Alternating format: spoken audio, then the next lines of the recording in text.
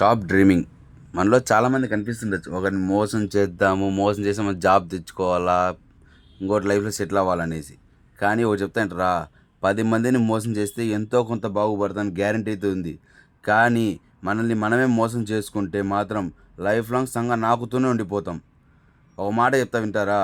మనకు మీకు అనిపిస్తుండొచ్చు, ఈరోజు అది చేద్దాం, రేపు ఇది చేద్దాం, ఐటీ జాబ్ కొడదాం, జాబ్ లేకపోతే స్టాక్స్లో ఇన్వెస్ట్ చేద్దాం, స్టాక్స్ లేకపోతే బిజినెస్ చేద్దాం అనేసి. ఓకే, ఇవన్నీ చేయొచ్చు, నువ్వు కరెక్టే అనుకుంటావు చేయాలనేసి. కానీ అవన్నీ చేయాలంటే కూడా మన మైండ్లో థాట్ వస్తుంటుంది.